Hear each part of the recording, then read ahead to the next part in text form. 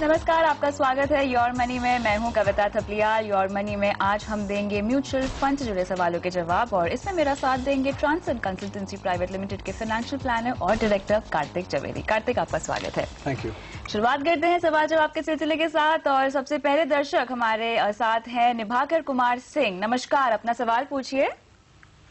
Sir, मेरा सवाल है कि मैं 4,000 रुपये EMI SIP में इन्वेस्ट करना चाहता हूँ। 2,000 की हमारी SIP चल रही है, एक UTI म्यूचुअल फंड और एक रिलायंस ग्रोथ फंड, और 4,000 की SIP मैं और करना चाहता हूँ। तो मुझे फंड समझ में नहीं आ रहा है कि मैं कौन सा फंड चूज करूं। दूसरा ये कि हमारा जो 2,000 के SIP चल रही है उसमें मैं अभी तक का इन्वेस्टमेंट देखता हूँ कि वो 2 साल से चल रहे हैं, तो वो अभी भी लॉस में है। तो थोड़ा सा मेरे मन में एक डाउट रहता है कि मैं SIP में जाऊं या म्यूचुअल फंड SIP में या नहीं जाऊं।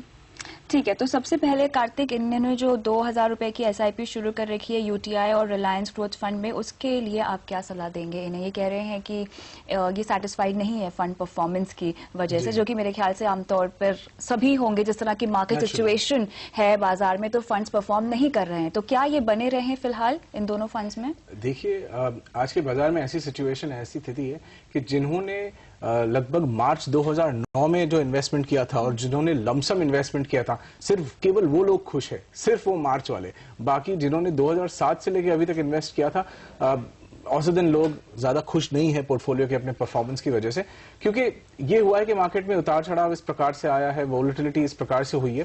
पर इन चीजों से किसी को निराशा नहीं होनी चाहिए, क्योंकि अगर स्टॉक मार्केट में आपका जो टाइम फ्रेम है, अगर वो 5, 10, 15 साल का नहीं है, तो आपको स्टॉक मार्केट में इन्वेस्टमेंट करना ही नहीं चाहिए। अब SIP एक ऐसा माध्यम है कि जिससे अगर आप 12 महीनों के लिए SIP करते हैं, तो जो आपने पहली SIP की थी उसके लिए 12 महीने का टाइम फ्रेम निकल गया।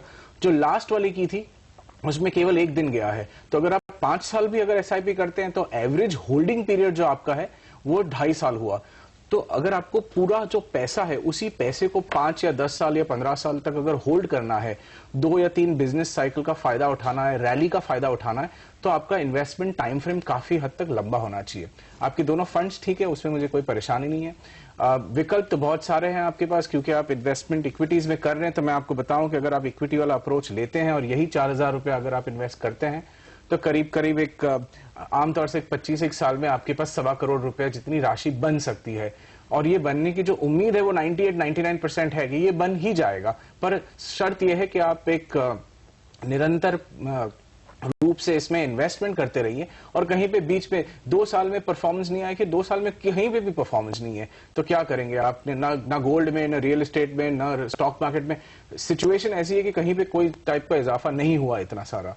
तो पेशेंस थोड़ा रखना होगा, डिसिप्लिन से इन्वेस्टमेंट कीजिए, डेफिनेटली फायदा होगा। बिल्कुल। निभाकर जी, आपको यहाँ पर ये समझने की जरूरत है कि अगर आप इक्विटी फंड में निवेश कर रहे हैं SIP के जरिए, तो आपको लंबी अवधि के नजरिए से यहाँ पर निवेश करना बहुत ज्यादा जरूरी है। आपको जितना भी कॉर्पस जमा करना है, जो भी आपको फंड परफॉर्मेंस है, वो लंबी अवधि में ही अच्छा मिलेगा। आप अच्छा खासा कॉर्पस जमा कर पाएंगे। तो यहाँ पर अगर आप चाहें तो और 4,000 रुपए जो आप जमा करना चाहते हैं, वो आप इक्विटी में ही लगा सकते हैं। लेकिन जैसा कि कार्तिक ने कहा, आपको पेशेंस रखने की जरूरत है यहाँ पे, और डिसिप्लिन, यानी आपको हर महीने बिना मिस किए अपने पैसे निवेश करने ही है, अपने पैसे म्यूचुअल फंड में डालने ही है। क्या आपको और कोई सवाल है?